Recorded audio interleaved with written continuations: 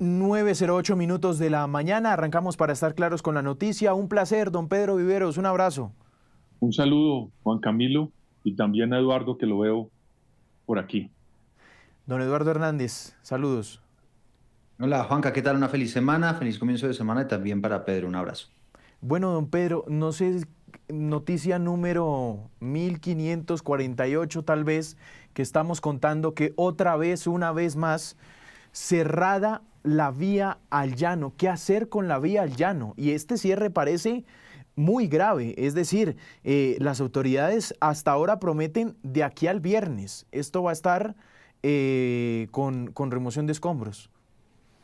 Mire, Juan Camilo y Eduardo, yo le voy a contar algo histórico que me pasó. Leyendo la biografía de Luis Carlos Galán hace unos años, yo me encontré que Luis Carlos Galán fue embajador en Italia, después de que fue el ministro de Educación del expresidente Misael Pastrana, por allá en los años 70. Y en una de las cartas, Luis Carlos Galán escribe que luego de un derrumbe muy grave donde hubo cerca de 200 muertos en aquella época, mire lo que le estoy hablando, 1970, Eduardo y Juan Camilo, y Luis Carlos Galán dice que los italianos quieren ayudar a resolver ese problema de esa carretera.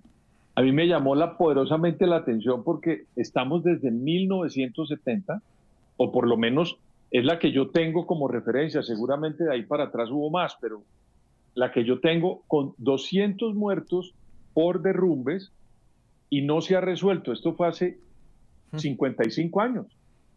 Claro. Y cada vez el problema de la vía es mayor.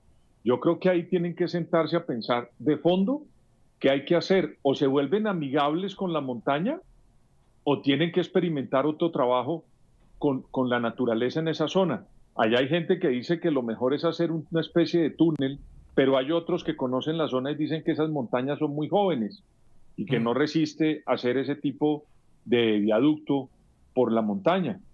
Pero lo que ocurre es un problema que lo hemos venido tratando con pañitos de agua tibia, no de fondo. Entonces usted ve, arreglan un pedazo, le ponen una especie de contención al derrumbe, vuelve nuevamente, ocurre lo mismo y no resuelven el problema de fondo. Y en eso, como el metro de Bogotá, yo no sé si duró 80 años, pero ojalá que esta vía a alguien se le ocurra resolver ese problema de fondo. Eduardo y Juan Camilo, yo no tengo nada más que decirle porque en realidad cada vez que uno ve esto, vuelven y le ponen un pañito de agua tibia y a los meses nuevamente hay un derrumbe. Juan Camilo y Eduardo. Edu.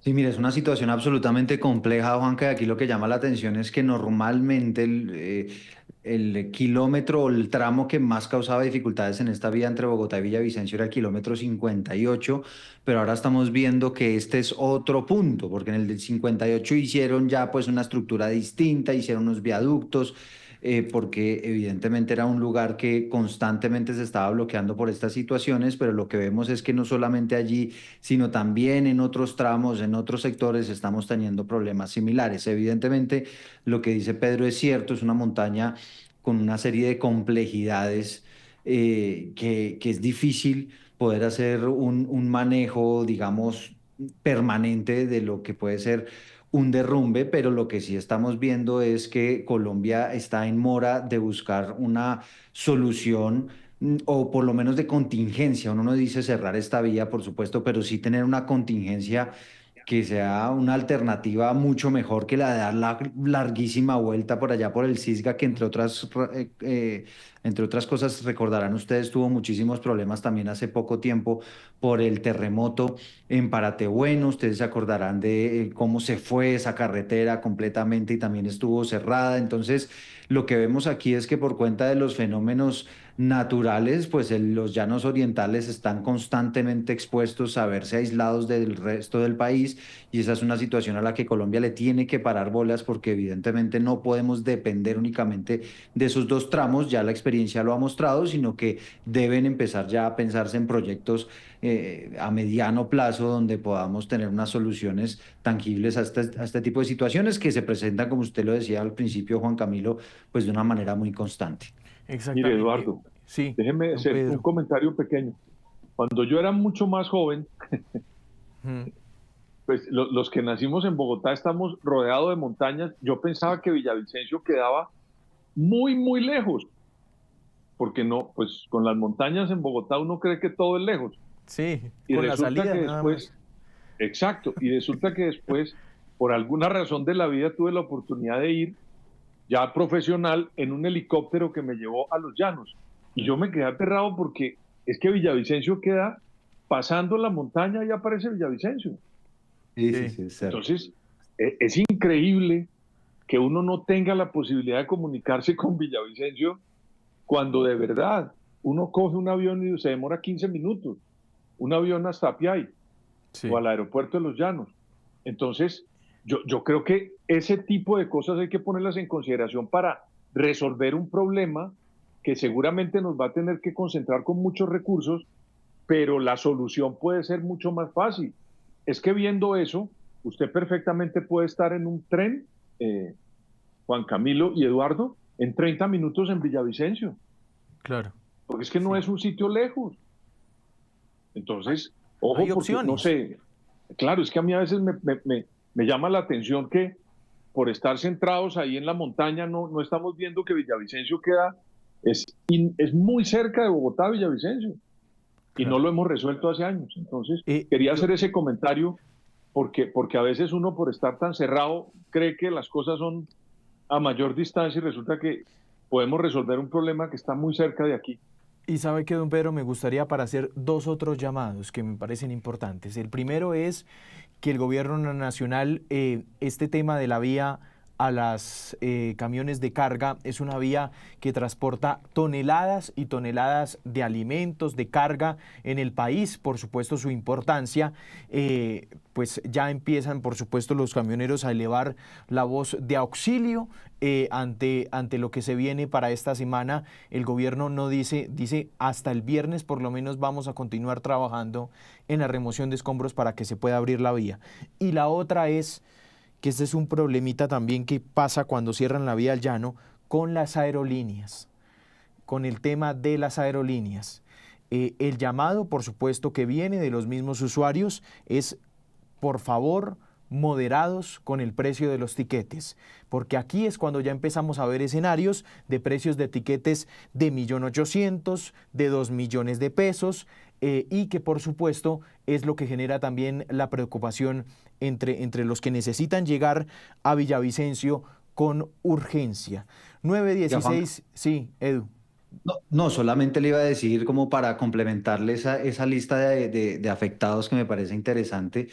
Imagínese usted todas esas poblaciones que viven en los intermedios, ¿no? De la vía entre Bogotá y Villavicencio, constantemente viéndose afectados por este tipo de situaciones.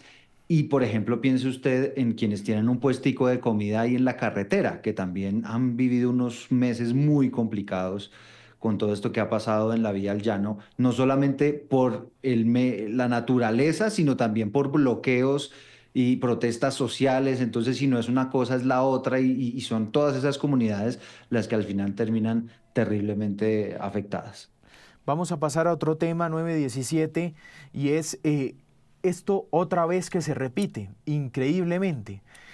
45 soldados secuestrados en San Juan de Micay. Esto fue en la vereda del Tigre y da otra vez la coincidencia que es haciendo una operación en contra de los cultivos ilícitos.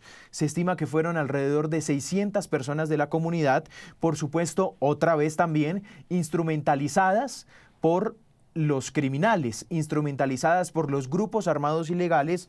Todo apunta a que es la estructura Carlos Patiño. Don Pedro, un tema de orden público que ya se está volviendo tanto recurrente como preocupante. Mire, Juan Camilo, yo tengo que decirle que cada vez que usted entra en ese tipo de negociaciones y termina negociando la legitimidad del Estado y el copamiento territorial por la fuerza, pues hay otra gente que está mirando eso y lo repite, eso se vuelve como una epidemia. Así de simple. Mm. Estos señores que hicieron esto dijeron, bueno, pues allá tuvieron 72, hicieron lo que hicieron, llamaron a casi que era, digamos, una resolución de un conflicto internacional con la cantidad de agencias que llegaron, y pues ahora ellos también toman la decisión de decir, pues allá tenía 72, yo por qué acá no puedo tener 34. Y simplemente hacen lo mismo porque usted sabe muy bien que uno cuando la gente no comete crímenes en muchas ocasiones por el temor a la justicia, es Sí. decir, el temor a que lo capturen. Pero cuando uno tiene una laxitud de esto, pues las personas pierden el temor frente a la autoridad y sencillamente comienzan a desplegar una metodología que ya está aprendida. Aquí en Bogotá, yo alguna vez hablé con ustedes también, Juan Camilo y Eduardo, Mm, tenemos a unos señores en el Parque Nacional que se quedan meses ahí. claro. Y cuidado, uno toma la fuerza porque inmediatamente salen las reacciones en contra de la actuación del Estado. Si uno, repito, y aquí yo no soy ni facho ni nada de esas cosas, Mm, pero cuando uno tiene la legitimidad de copar los territorios, no sí. pueden las personas secuestrar a unos militares que están en una operación militar en esa zona contra los cultivos ilícitos. Esos señores no están allá ni de turismo ni por hacerle daño a una población, están en una operación militar. Juan Camilo y Eduardo, a mí me parece que los colombianos debemos exigir que se respete a la fuerza pública y no tenerle temor a decirlo. Porque es que además se convirtió en Colombia que una persona cuando pide que respeten a los soldados, entonces sale alguien y le dice que es un fascista. Sí. No, yo creo que hay Mire, que de verdad poner sobre la mesa, entre otras cosas, sí. esos militares no son los militares del siglo pasado. Esos son unos señores que hacen operaciones con todo el respeto al derecho internacional humanitario, con una cantidad de agencias del Estado cuando entran a esa zona. Eso no es Mm. como antes. Quería dejar como eso ahí Mire, en la discusión. quiero contarle una anécdota, don Pedro, y es que lo que usted decía al principio, un poquito más aterrizado de lo que pasa en el territorio, de que esto se está volviendo, pues porque las comunidades, esto funciona como una epidemia, ven que funciona, o los grupos armados ilegales, ven que Sí, son los funciona esto grupos. en otros territorios y pues lo repiten en donde tienen los cultivos ilícitos. Y sí, y es que la estrategia va más allá, es simplemente poner civiles desarmados. Al poner civiles desarmados, saben que el militar que va con su dotación, pues no puede accionarla en ese campo.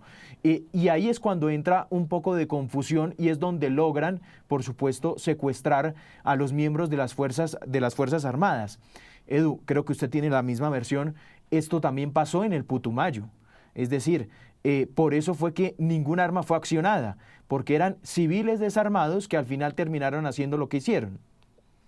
Sí, es que de hecho la escena es bien parecida y llama la atención el número elevado de soldados, porque uno, digamos, puede entender que esto ocurra con 5 o 6 personas que quedan allí en medio de esta situación, pero acuérdese, por ejemplo, lo que ocurrió en el Guaviare. Entonces, son situaciones que evidentemente se repiten.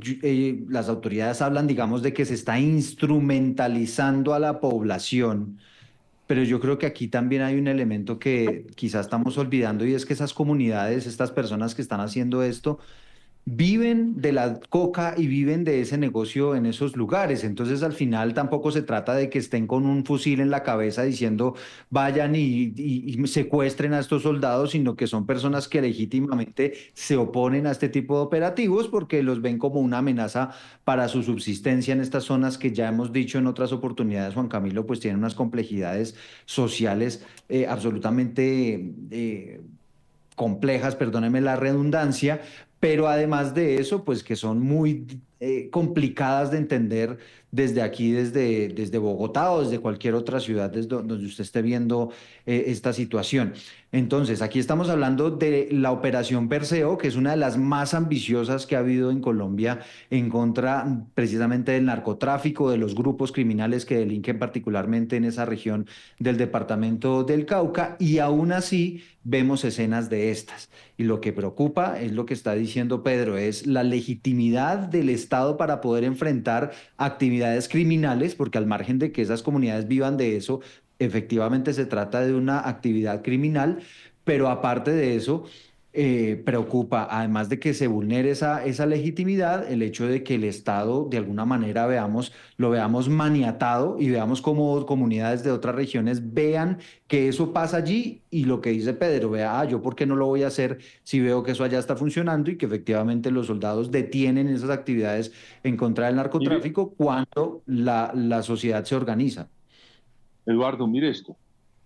A una señora huepajeo, yo no sé, una señora que vende una cantidad de productos raros Mm, y cogió un día aquí en Bogotá Transmilenio y levantó a patadas unas estaciones de Transmilenio y las acabó, ¿se acuerdan? Una ujú, señora que sí. está en la cárcel. Yo no sé, que la volvieron famosa de un momento a otro y yo no he entendido por qué. Dicho eso, a esa señora le pusieron 5 años de cárcel, ¿verdad? Sí. Y hubo una cantidad de personas que salieron a defender a esa señora para decir que por qué hacían eso con una señora que había cometido una cosa y no era tan compleja. Y resulta que a la señora la cambiaron de cárcel, la sacaron del Buen Pastor, se la llevaron para una estación militar o policía, y ahora la señora ya tenía una serie de elementos ilegales dentro de su celda o de su habitación. Entonces, mire lo que pasa. Terminan esas personas cometiendo un delito, se victimizan, generan una solidaridad, pero siguen delinquiendo. Mm, Entonces, ese ejemplo que le pongo a esa señora, yo no sé cómo se llama, huepajeo, yo no sé, esa señora hace eso, ¿verdad? Se solidariza la gente con ella y la señora sigue delinquiendo. Estos señores que están allá en la zona donde tienen secuestrados a estos militares, están haciendo un negocio que es ilegal, como es el cultivo de hoja de coca. sí. Es ilegal en la zona donde lo están haciendo. Y resulta que hoy en día, ¿cómo están quedando? Muchas personas entonces dicen, pero es que esos señores entonces, ¿de qué viven? Ah, no, nosotros tenemos que implementar el temor a la justicia. Mire, si uno no le tiene temor a la justicia, esto se vuelve una serie, como ha pasado en Colombia, un desafuero. Y todo el mundo hace lo que quiere porque aquí nadie llega, nadie lo... Aquí hay territorios donde hace todo el mundo lo que quiere porque no hay un policía que detenga a un ilegal. Sí. Entonces yo No, vuelvo y repito, y sí, ni dale, siquiera Eduardo. Pedro, no, que ni siquiera Pedro territorios, es que lo estamos viendo, usted ya lo estaba mencionando en Bogotá. Es que si Sí, usted, digamos, yendo a ese punto que usted está tocando y es el tema de la autoridad, de que no se ejerce la autoridad, de que no hay cómo controlar a una serie de personas que cometen actos ilegales, como por ejemplo colarse en Transmilenio, que se volvió ya una sí, sí, cuestión de todos los días y ya la gente lo todos los hace, días. ay, si este lo hace yo, ¿por qué no? Y eso se convirtió también en una cosa incontrolable. Entonces lo que estamos viendo aquí en el fondo, Juan Camilo y Pedro, a mi modo de ver, es una crisis de autoridad que tiene pocos antecedentes, que se ha venido enquistando de sí desde hace muchos años, pero que estamos viendo ahorita el fruto de lo que es no tener una autoridad para poder controlar y mantener esto en orden y hacer cumplir las reglas y las leyes. El otro tema aquí es cuando uno entrevista a los generales y a los comandantes, que es un debate muy interesante, pero aterrizando la autoridad en el terreno, don Pedro y Eduardo, ¿no es un poquito complejo? Es decir,